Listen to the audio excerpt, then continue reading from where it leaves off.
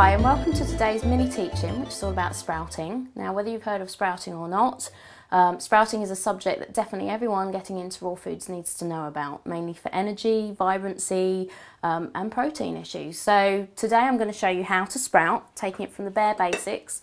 Here I have a sprouting jar. This is very easy to get hold of nowadays. It's just a simple jar with a mesh lid.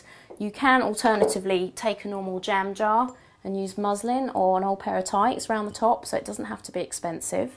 And then, of course, you need a seed or a bean or a grain which you're going to grow from. Now over here you can see I have quite a wide range of seeds and beans and grains. Today I think I'm going to choose the chickpea, which is also known as the garbanzo, and we're just simply going to pour about an inch worth in there. Okay, and then we add pure water.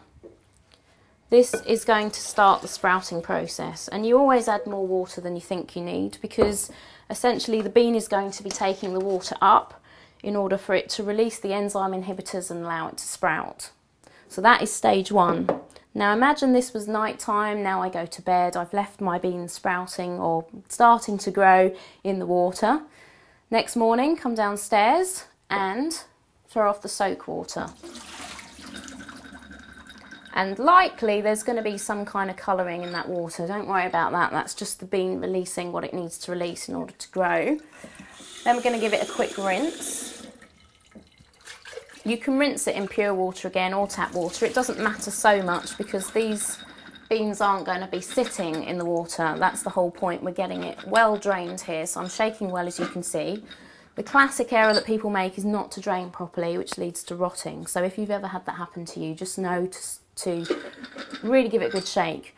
And then you'll leave that to sit for a day, and then at the end of the day, 24 hours later from when you originally soaked, roughly speaking, just before you go to bed again, you're going to rinse and drain again. And that essentially is to keep the toxins that it's releasing coming off, and also giving it the water it needs to grow and keeping it refreshed. After 2 or 3 days, you're going to end up with your final product, as it were, which is your sprouted chickpea. And there's a little sprout there, which I hope you can see. Tiny sprout. This is edible now. A bit longer would be better. If you get them too short, which here's one that's a little bit shorter. If you get it too short, they're going to taste bitter, and you'll think, oh goodness, I wouldn't want to be eating those raw.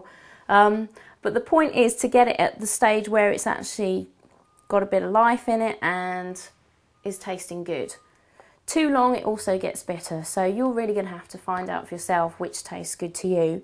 But essentially, once these have reached the stage where they are good to eat, then just pop them in the fridge to keep them fresh. They will keep growing at a slower rate than if you were to leave them out.